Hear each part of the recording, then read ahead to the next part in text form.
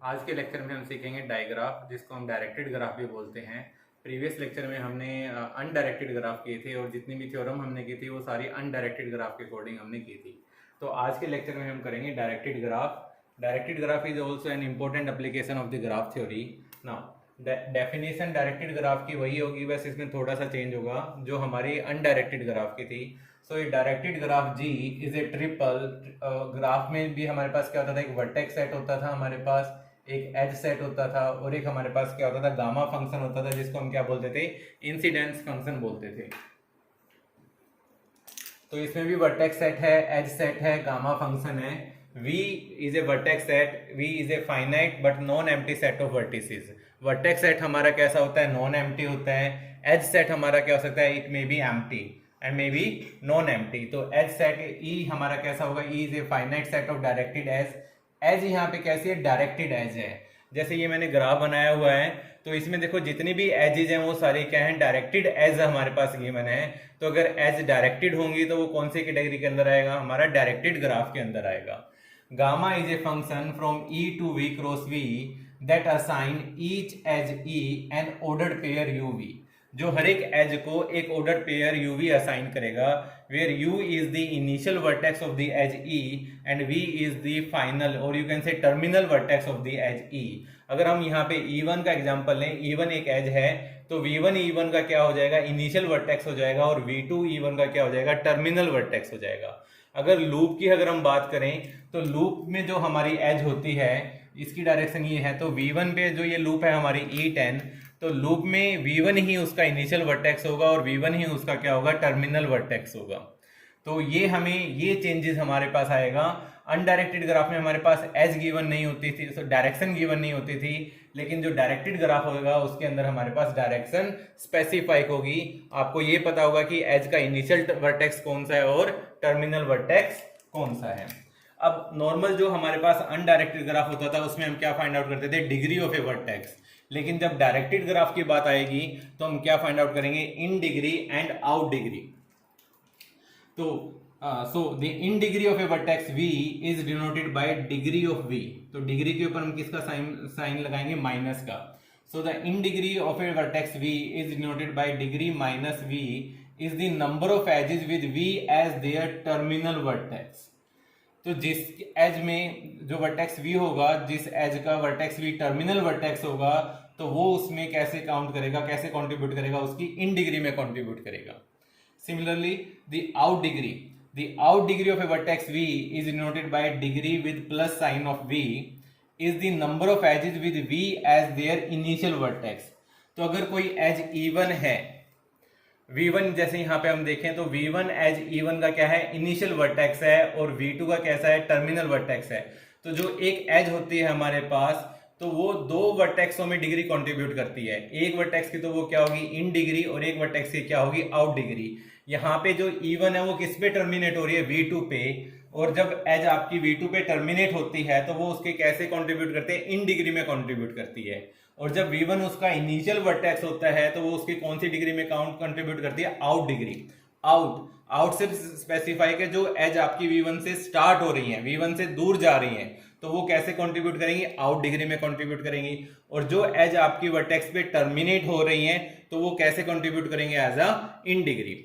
और अगर हमें किसी वर्टेक्स की डिग्री फाइंड आउट करनी होती है तो किसी भी वर्टेक्स की जो डिग्री होगी वो क्या होगा, sum of in degree plus out degree. तो अगर आपको किसी भी वर्टेक्स की, जैसे अगर नॉर्मल अगर हमारे पास ये डायरेक्शन गिवन नहीं होती है और मान लो आपको V2 की डिग्री फाइंड आउट करनी होती थी, तो V2 से जितनी एज हमारी एसोसिएट होती थी वो V2 की क्या कहलाती थी, डिग्री कहलाती थी। तो अगर हम यहाँ से V2 की डिग्री देखें तो कितनी डिग्री हो जाएंगी, 1 2 3। अगर ग्राफ हमारा कैसा होगा, अनडायरेक्टेड ग्राफ होगा। लेकिन यहाँ पे ग्राफ कैसा है, हमारा डायरेक्टेड ग्राफ है, तो हमें हर एक वर्टेक्स की क्या कौन सी डिग्री फाइंड आउट करनी पड़ेगी, इन डिग्री एंड आउट डिग्री। और अगर आपको किसी वर्टेक्स की डिग्री फाइंड आउट करनी है तो वर्टेक्स की डिग्री क्या होगा, आपका sum of in degree plus out degree. तो ये मैंने टेबल बनाई हुई है। तो हमारे पास टोटल वर्टेक्स हमारे पास कितने हैं, V1 V2 V3 V4 V5 and V6। तो सारे वर्टेक्स हमने यहाँ पे लिख लिए। Then in degree and out degree.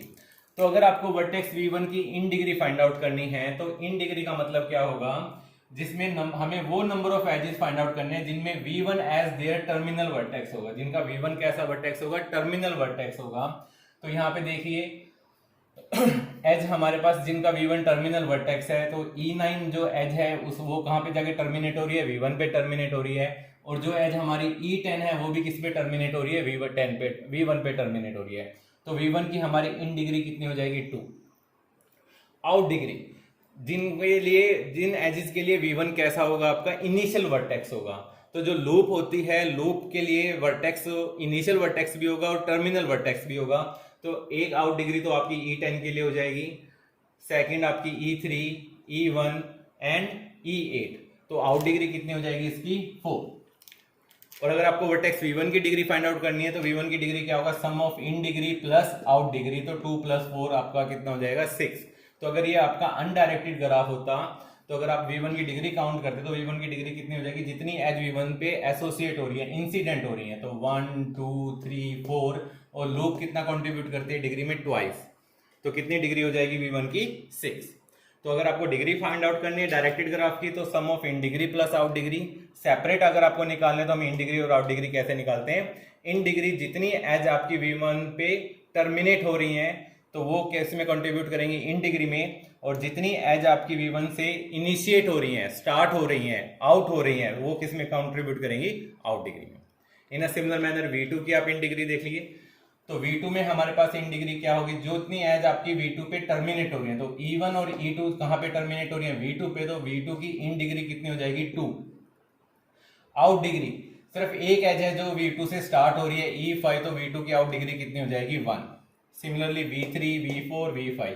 अब इसमें एक एज है हमारे पास जो एक वर्टेक्स है, जो कैसा वर्टेक्स है, आइसोलेटेड वर्टेक्स है। तो इसमें कोई भी एज से ना तो स्टार्ट हो रही है ना टर्मिनेट हो रही है। तो इसकी इन डिग्री भी क्या होगी 0 और आउट डिग्री भी क्या होगी 0। तो अगर डायरेक्टेड ग्राफ में कोई ऐसा वर्टेक्स है जिसकी इन डिग्री 0 होती है तो उसको हम क्या बोलते हैं, सोर्स। और जिसकी इन डिग्री 0 होती है तो उसको हम क्या बोलते हैं, सोर्स। और जिसकी आउट डिग्री 0 होती है उसको हम क्या बोलते हैं, सिंक। तो अगर आप यहां से सम ऑफ इन डिग्री निकालो तो सम ऑफ इन डिग्री हमारे पास कितना हो गया 12। और सम ऑफ आउट डिग्री निकालो तो सम ऑफ आउट डिग्री भी कितना हो गया 4 + 1 5 + 2 7 + 2 9 + 3 12। और अगर आप यहाँ पे नंबर ऑफ एजेस काउंट करो तो देखो नंबर ऑफ एजेस भी हमारे पास E1, E2, E3, E4, E5, E6, E7, 8 9 10 11 और 12। तो टोटल नंबर ऑफ एजेस भी हमारे पास कितनी है 12। तो ये एक स्टेट थ्योरम होती है जो हमें क्या बताती है, the sum of in degree of a vertex V is equal to the sum of out degree of a vertex V is equal to the total number of edges. तो जो cardinality of E है,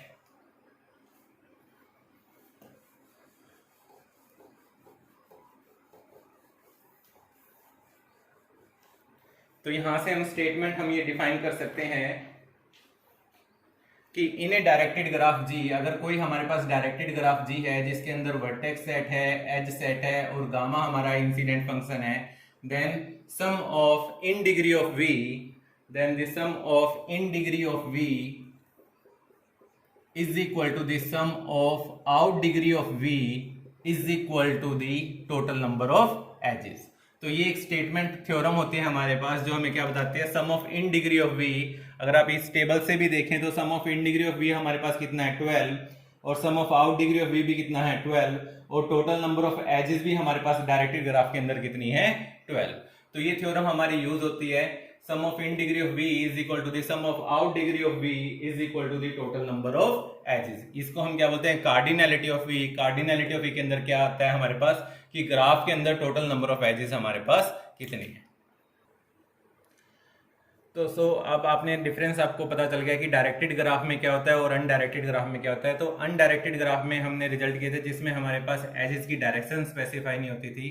तो ये सबसे important result है directed graph में कि sum of in degree of V is equal to the sum of out degree of V is equal to the cardinality of E।